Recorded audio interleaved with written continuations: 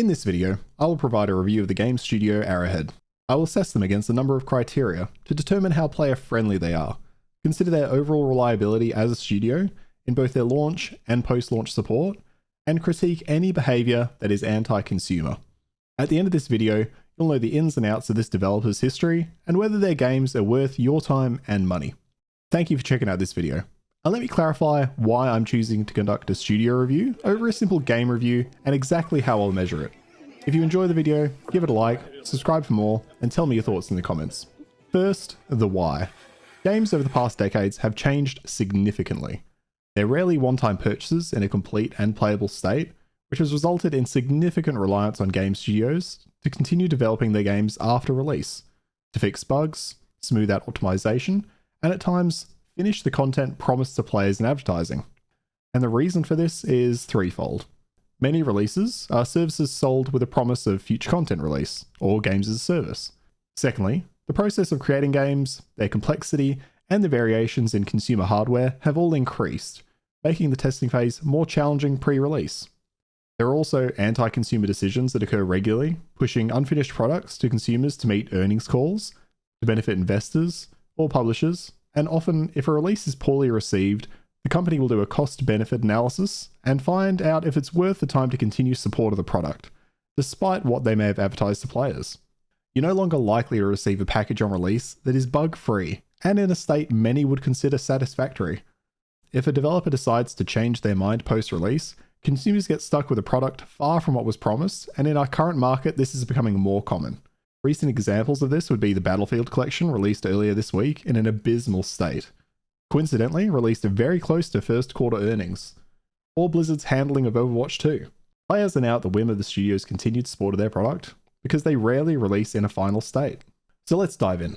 I will begin by exploring Arrowhead's own stated principles and ethos, and refer back to this as we go, holding them to their own standards. I will look at their release history and how this was received by the player base. I will look at their monetization strategies to determine whether predatory actions take place, and we will explore any community complaints or concerns for the studio. Arrowhead Studios proudly stand by the motto, "A game for everyone is a game for no one," which at face value is an odd statement for a studio whose goals generally start with sell games to make money. Stating that their game might not be for everyone is oddly satisfying to hear. They identify studio values and attribute their success to a dedicated and talented group of developers. They claim to be a firm believer in friendliness, creativity, and encourage their staff's hobbies and interests. Their statement on game values is a strong commitment to cooperative games between friends and the wider global community, with an emphasis on chaotic but memorable moments. They state that they focus on a player-centric gameplay experience to create intense and hilarious experiences for the players, which commonly include mechanics such as friendly fire. And finally, they identify three core values: believability in the worlds they create, sociality with an aim to create shared experiences and create player stories, and playfulness to encourage immersion and creativity in the ways players experience their games. Arrowhead Game Studios is an independent Swedish developer, established in 2008 by a number of university students studying game design at the Leilu University of Technology. Apologies if I pronounced that incorrectly. Their current CEO, Johan Pilstedt, was one of the co-founders and has been CEO since their inception, working alongside many of the founders who remain at the company. Starting out as students, they entered and won the Swedish Game of the Year award with Magicka in 2008, which was later released to lukewarm reception in 2011, due to some bugs in their initial release hampering the experience of players. Magicka focused on a unique co-op gameplay in a setting of Norse mythology in which players would take on the role of a powerful mage tasked with working together to use magic combinations to take down enemies. The general community feedback being that the game was fun, but could be unfriendly in its controls, and issues with stability, crashes, and bugs left much to be desired. In 2013, they released a 2D PvP action game, paying homage to the action movies of the 80s and 90s, and trying to capture that couch co-op action of games like Super Smash Bros. Again, releasing to average reviews, the Showdown Effect was praised by players for its fun gameplay and excellent concept, but fell down in terms of having a limited community for a multiplayer game, with concerns for balance. Players reported having a great deal of fun, but falling off due to a lack of finesse. There was no campaign or single-player mode either to keep people engaged, as they become disenfranchised with the multiplayer. Their next release, coming just a year later in 2014, was Gauntlet, a hack-and-slash dungeon crawler tasking players with controlling one of 4 characters in co-op PvE to explore dungeons that included some procedural generation. Gauntlet was a revival of a game from the 80s, of the same name, and released to an average reception. Players and critics praised the game's co-op aspects, its comedic and fun nature, but many felt it was quite short and became repetitive too quickly. Those who enjoyed it raved about having fun with their friends, but were left feeling unsatisfied after finishing the game in less than 5 to 6 hours. Despite its attempt to retain some replayability with procedural generation, many players didn't find this satisfying. This brings us to one of Arrowhead's more recognisable titles, Helldivers, the original 2015 release on PlayStation, not the current game, Helldivers 2, to make the distinction. Helldivers, at the time, was a top-down twin-stick shooter released for the PS3, PS4 and Vita, later coming to PC. The game took strong inspiration from Starship Troopers and received very positive feedback from critics and players alike. Players and critics raved about the game's co-op action, friendly fire leading to hilarious outcomes, and chaotic stories of success or failure.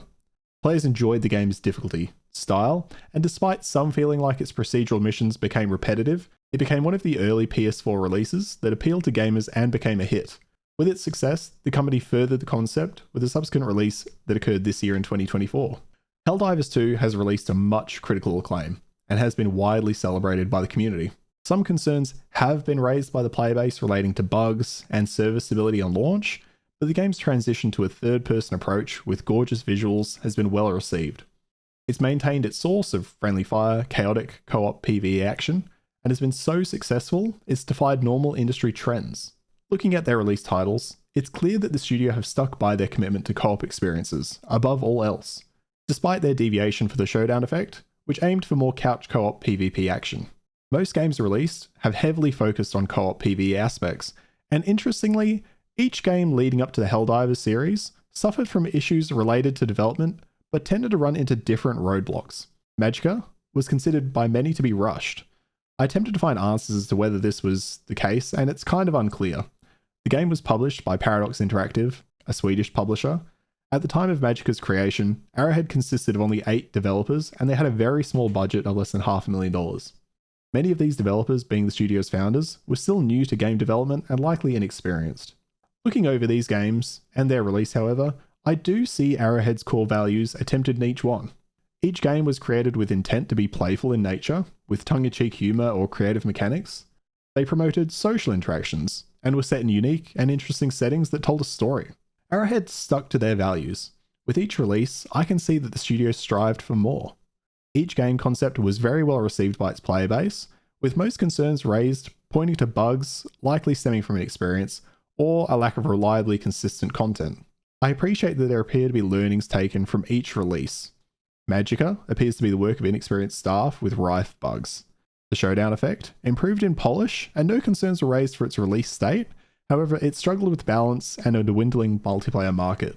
Gauntlet was all around considered to be a solid release title, but suffered from community concerns for how much content was present, likely an outcome of the developers believing that there was more replayability that the community was experiencing, but also released only 18 months after the showdown effect, meaning it may have been rushed in its final scope. But on each release, the studio does not appear to have repeated their past mistakes, which leads us to Helldivers 1 and 2. Helldivers 1 appears to be their first hit. No concerns for bugs by the wider community, balance appeared to be well managed, and the world in which players were thrust to experience the game was well received. Helldivers 2 suffered from a rocky launch, related to server instability which appears common in today's market. I wouldn't excuse this, as many games can release without this issue. However, some have argued that the company likely expected a certain level of success based on other co-op PvE shooters, and were blown away by the player numbers they received, which were well above levels for other titles in the genre.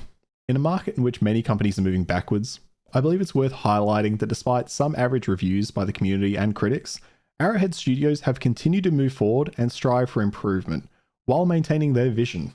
They, by all accounts, have learnt from experience and continue to grow their understanding of development, and of course have expanded. Today, the studio report having more than 100 employees who help bring their titles to life. So let's take a look at monetization.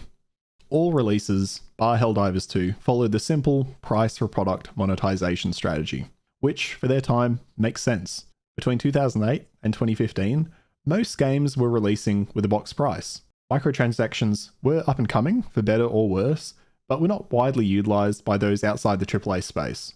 Helldivers 2, releasing in 2024, has released with a games as a service mindset, with Arrowhead claiming that they will continue to support Helldivers with content, and as such have released with a box price, battle pass, and in-game store. Their prior releases appear to have been fairly priced, so let's focus on their current release as we break this down. I'm a firm believer the game should not be greedy in their monetization. If I pay for a game, I don't expect to be sold more within the game. However, there is an argument to be made for games as a service. As long as the regular content is released, I can understand further support being needed to meet the cost of development. Helldivers 2 cost is lower than most games released, sitting at 60 Australian dollars, with most games releasing in the 80 to 100 space on Steam. Their battle pass costs 1,000 of their in-game currency, super credits, which are sold in packs of 150, 375, 1,000, and 2,100, with prices that generally scale with the increased amount, offering some slight incentives to purchase higher tier amounts, but only barely. 1,000 credits costing about 15 Aussie dollars. I will point out, many companies that sell their own currency do so in a predatory manner, offering pack sizes just below what would be needed for their main ticket items, like a battle pass. I appreciate that Arrowhead sell a pack for exactly 1,000 credits, while their battle pass costs exactly this much. Their in-game store offers a small handful of cosmetics for costs that would be between about $1.50 and $4.50 Australian. The game also offers its free battle pass, called War Bonds, and is a progression system within the game, using medals to unlock items. I will say it is refreshing to see store prices in the single dollar digits, as opposed to the tens of dollars many other developers price their cosmetics at. I would also be remiss to mention that players can actually locate the game's paid currency in matches they play, although this is often in very small amounts, but it is present and it is possible to earn this currency by playing, which is wholly uncommon. As a gamer who is enjoying Helldivers 2, I can say after approximately 30 to 40 hours, I was able to earn enough currency from the free battle pass and finding currency in the games to be able to purchase the paid battle pass myself. I'm sure others did it much faster. Don't at me, I wasn't actively searching for them, and I'm sure it could have been done much quicker. It's an incredibly refreshing way of monetizing a game to allow players to grind to locate your in-game currency, and many players early on created guides to streamline this process. The CEO stated it was an intentional choice to allow players to earn this currency, and that the game should earn the right to monetize. While I am praising this system for its fair pricing and focus on allowing players to grind for paid content, I will say I'm not a fan of locking gameplay related items behind a paid system, or a system that requires a significant grind. With the release of their second battle pass, many guns are out of reach until money is introduced or an ungodly grind occurs to get the second pass. While Helldivers is a PvE experience, I'm a firm believer that gameplay altering content should never be behind a paywall, as that can lead to a fear of missing out if a gun becomes meta, which incentivizes players to spend money, and that comes across as predatory to me. But overall, I will say the monetization is player friendly and continues to meet Arrowhead's ethos in putting the player first, assuming its weapons behind the paywall never become intentionally overpowered. So, we have a company that has remained consistent in their stated goal of releasing co-op friendly, engaging games that are designed to bring players together rather than pit them against one another. The company is unapologetically creating games within this market that they know will not be the taste of everyone, and this appears to have been quite successful. Their games hit their core values of sociality, playfulness, and if the memes of managed democracy are to be believed, they have created what may not be a strictly believable world, but it is one players are finding themselves immersed in, which was their purpose for this core value. So let's look at how they treat their player base. Their CEO, Johan, is uncharacteristically vocal for a CEO in his public presence, which is rather unusual for a studio. Often CEOs remain formal in communication, release well-rehearsed and thought-out statements, and tend to shy away from direct interaction with their players. This CEO instead interacts directly, and the overall engagement between the company and its players appears positive. Some examples of this include Johan's engagement with the community to solve community concerns, discussing this in an open forum to help problem solve issues of player toxicity, and explaining how behind-the-scenes systems work in current implementation. He shares fan art, engages in banter with the community, and generally treats the community with respect. This would often be seen as high-risk behavior for a CEO and other companies, but remaining independent allows more freedom in this space. Arrowhead as a whole have been welcoming of player feedback, demonstrated insight into the concerns of players while bringing a measured stance, offering empathy while not faltering to player demand, as players will often demand action on systems they have little understanding of. If I had some critiques to make of this communication, it's that an overly casual attitude can lead to very casual contact with fans, and banter can quickly turn into vitriol, which was experienced by community with the game's first major update, which brought nerfs to weapons and made some enemies stronger. Some of Arrowhead's devs responded to community concerns about weapon nerfs and game difficulty with comments such as, "Man, watching you all cry amuses me so much," and, "But, skill issue comes to mind." This is an interesting concept, as the CEO did release an apology to players and discuss internally educating his team, with one of the offending developers apologizing and noting that they have a community team that should handle all this communication. But Johan has also made some comments that could be viewed in a similar light, responding to some comments on X. For fuck's sake, why isn't it just Twitter? On X, he made sarcastic comments to players frustrated by the game's server issues. And while this wasn't taken negatively by the community as a whole, it is risky for a CEO to engage in sarcastic banter at the expense of others, even if they are wrong in their statements, and then not expect developers within the company to then attempt the same. Overall though, looking at their communication the past 6 weeks since release, Arrowhead have been engaging, communicative, and empathetic with their player base. Despite some hiccups, they appear focused on the player experience and have maintained that player-centric view that they state they hold themselves to. It's hard to judge prior communication about previous releases, but I was unable to find any prior concerns with communication on releases or general studio interactions prior to Helldivers 2. To summarize, Arrowhead Studios are quite a unique game development studio. Many studios look at industry trends and either look to follow suit or release games in an attempt to capture the widest player base they can. Arrowhead, since their beginning, have maintained a creative vision of co-op action, with the majority of their releases focusing solely on PvE intentionally. Their value of player-first development, engagement, and creating sandboxes in which players can create their own stories of success and failure have thrust them into the limelight with their release of Helldivers 2. I myself had inadvertently played their games Magicka and the original Helldivers without realizing they were linked by the same company. I'd also wanted to play Gauntlet myself, but didn't have people interested in that co-op experience at the time. Arrowhead are a studio that learn by doing.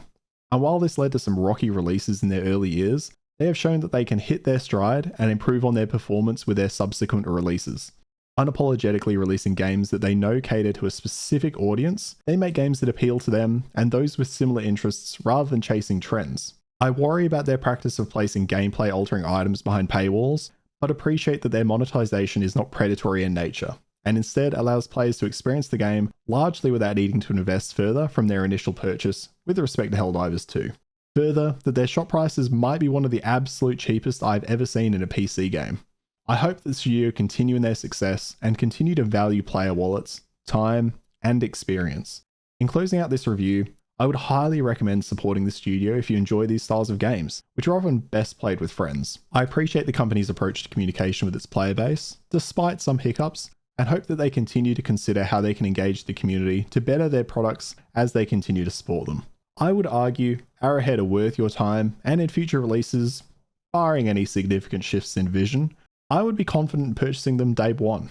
They are a company that has learnt from mistakes, and they strive to improve, which is rare in an industry that has cut corners more and more to elevate profit margins. To give a final score to this review, I'll comment on their commitment to liberty, democracy, and all things Super Earth. I would consider them a high-level Skull Admiral, and give them a hearty salute. Let me know your thoughts in the comments below. And of course, if you've liked this video, let me know by hitting the button, and if you'd like to see more, tell me which studio you'd like to know more about, and subscribe to see what comes next. This is how you actually